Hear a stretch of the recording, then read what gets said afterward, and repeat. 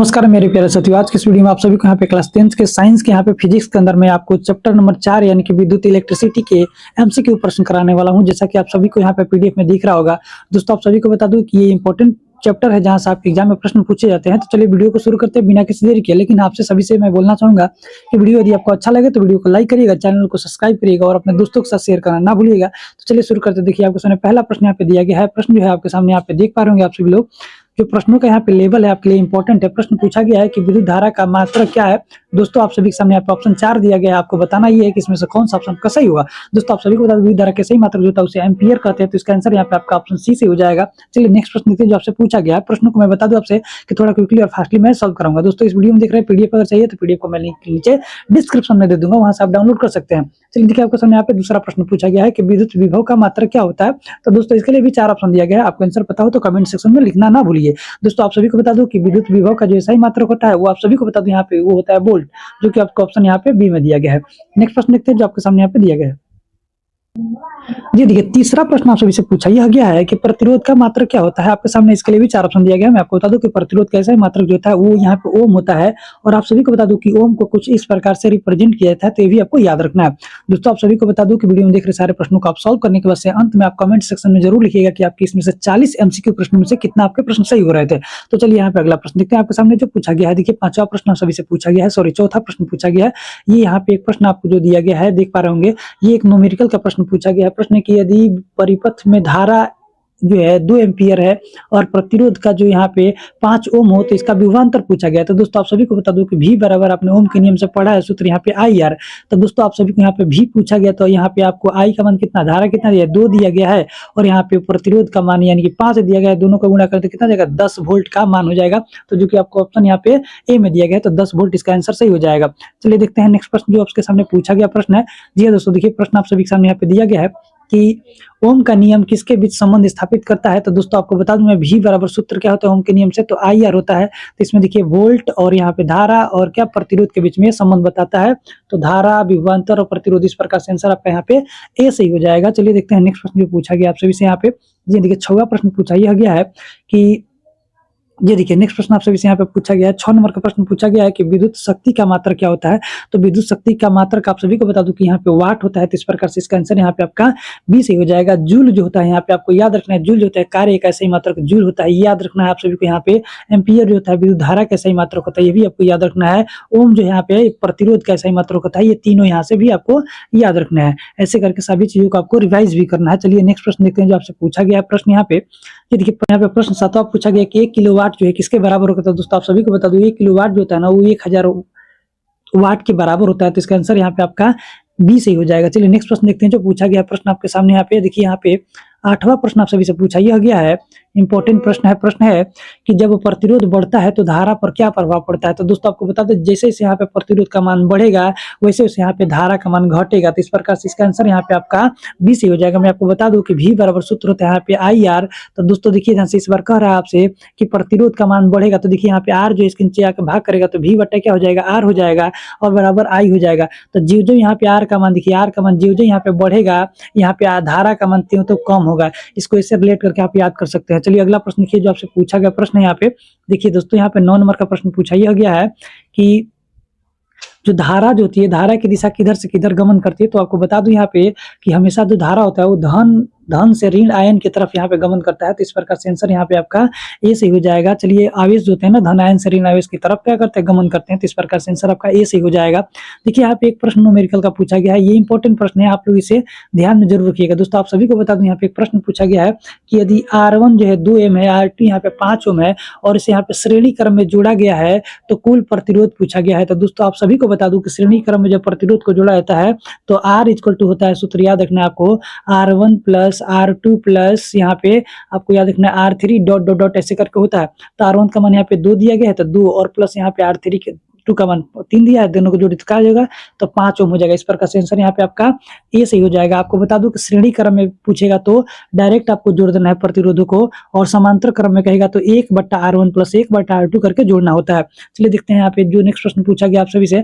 प्रश्न ये है यहाँ पे कि समांतर क्रम में जुड़े हुए कुल प्रतिरोध का मान क्या होता है। तो आपको बता दूं कि समांतर क्रम में जब प्रतिरोध कुल जोड़ाता है तो 1/R इक्वल टू सूत्र आपका होता है 1/R1 प्लस 1/R2 प्लस करके ऐसे ही डॉट डॉट बढ़ते जाता है। तो देखिए ध्यान से यहाँ पे R का मान जो आएगा तो क्या करता है 1 में यहाँ पे भाग करता है, तो इस प्रकार से इसका मान क्या होगा घटेगा। तो जो भी आपका योग आता है उसमें भाग किया था, इसलिए इसका मान क्या होता है घटता है। तो आंसर आपका यहाँ पे बी सही हो जाएगा। चलिए नेक्स्ट प्रश्न देखते हैं जो पूछा गया यहाँ पे। जी दोस्तों, ये प्रश्न पूछा गया है कि विद्युत ऊर्जा का मात्रक क्या होता है। देखिए विद्युत ऊर्जा जो होता है ऊर्जा का सही मात्रक क्या होता है, तो आप सभी को पता है यहाँ पे जूल होता है। तो इस प्रकार से आंसर यहाँ पे ए सही हो जाएगा। चलिए नेक्स्ट प्रश्न देखते हैं जो पूछा गया प्रश्न है आप सभी के यहाँ पे। प्रश्न दिया गया है यहाँ पे कि 1 यूनिट विद्युत ऊर्जा जो होता है वो कितने के बराबर होता है, तो 1 किलोवाट घंटा के बराबर होता है। 1 किलोवाट घंटा आप सभी को याद रखना है। चलिए देखते हैं यहाँ पे।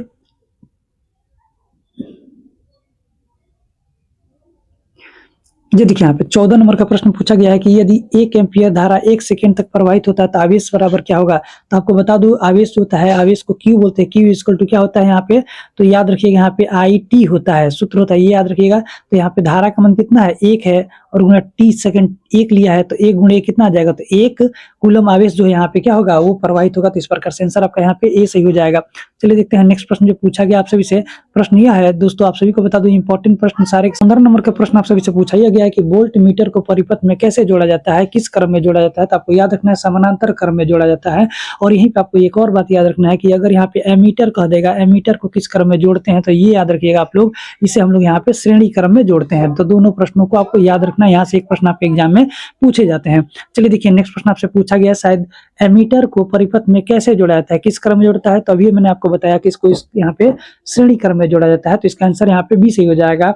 और समानांतर क्रम में वोल्ट मीटर को जोड़ा जाता है, तो ये भी आपको यहाँ से याद रखना है। चलिए देखते हैं नेक्स्ट प्रश्न भी पूछा गया यहाँ पे। जी दोस्तों देखिए प्रश्न आप सभी से पूछा यह गया है, आप देख सकते हैं प्रश्न जो है यहाँ पे कि यदि किसी चालक का प्रतिरोध दुगुना किया गया हो तो धारा पर क्या प्रभाव पड़ेगा। तो धारा उसकी आधी हो जाएगी, ये आपको याद रखना है। धारा कितनी हो जाएगी, उसकी आधी हो जाएगी, ये भी आपको याद रखना है। प्रतिरोध जो बढ़ेगा वैसे वैसे धारा का मान यहाँ पे क्या होगा, कम हो जाएगा। तो दोस्तों यहाँ पे आगे देखिए आप सभी से प्रश्न पूछा गया है कि शक्ति बराबर सूत्र का होता है। तो शक्ति यानी कि पावर बराबर सूत्र होता है वी आई होता है। तो इस प्रकार से आंसर आपका यहाँ पे ए सही हो जाएगा। चलिए नेक्स्ट प्रश्न देखते हैं यहाँ पे। देखिए यहाँ पे प्रश्न पूछा गया है, इस प्रश्न का आंसर आप लोग कमेंट करिएगा कि इसका आंसर क्या होगा। ये प्रश्न 19 नंबर का प्रश्न आपके सामने दिया है। एक बल्ब जो है 60 वाट से लेके यहाँ पे कितना 220 वोल्ट लिखा गया है, तो इसमें धारा कितना प्रवाहित हो रहा है, इसका आंसर आपको कमेंट करना है, इसका आंसर क्या होगा। चलिए देखिए नेक्स्ट प्रश्न आप सभी के सामने यहाँ पे पूछा गया है। प्रश्न है कि यदि दो प्रतिरोध समानांतर में जुड़े हो तो कुल प्रतिरोध कितने होंगे।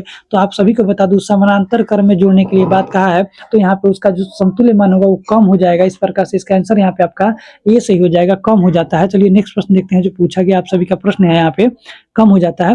देखिए 21 नंबर का प्रश्न पूछा गया है, यहाँ पे इंपॉर्टेंट प्रश्न है कि चालक में धारा प्रवाहित होने पर कौन सी ऊर्जा उत्पन्न होती है। तो दोस्तों आप सभी को याद रखना है, चालक में जब धारा प्रवाहित होता है तो उसमें तापीय ऊर्जा उत्पन्न होता है। बाकी के सारे ऑप्शन में जो दिए गए हैं इसके आंसर यहाँ पे नहीं होंगे। चलिए देखिए यहाँ पे 22 नंबर का प्रश्न जो पूछा गया आप सभी से प्रश्न कि विद्युत धारा प्रवाहित करने वाला उपकरण कौन सा है। तो किसी भी चीज में विद्युत धारा का प्रवाहित करते हैं तो इस ऑप्शन के हिसाब से आपको यहाँ से पिक आउट करना है। तो देखिए पंखा में आप विद्युत धारा थोड़े ना प्रवाहित किया जाता है इसके द्वारा, बल्ब थोड़े ना करता है, चुंबक थोड़े ना करता है, यहाँ पे बैटरी से हमें क्या मिलता है, धारा प्रवाहित किया था। तो इस प्रकार से आंसर यहाँ पे ए सही हो जाएगा। ऐसे भी आप चीजों को रिलेट करके याद कर सकते हैं। चलिए देखिए यहाँ पे प्रश्न पूछा गया आप सभी से, इंपॉर्टेंट प्रश्न है कि प्रतिरोध किस पर निर्भर करता है। तो आप सभी को बता दो प्रतिरोध जो होता है ना यहाँ पे पदार्थ की लंबाई पर, उसके व्यास पर और उसके पदार्थ के प्रकार पर, यानी कि सभी पे यहाँ पे निर्भर करता है। तो उपयुक्त सभी डी आंसर आपका सही हो जाएगा।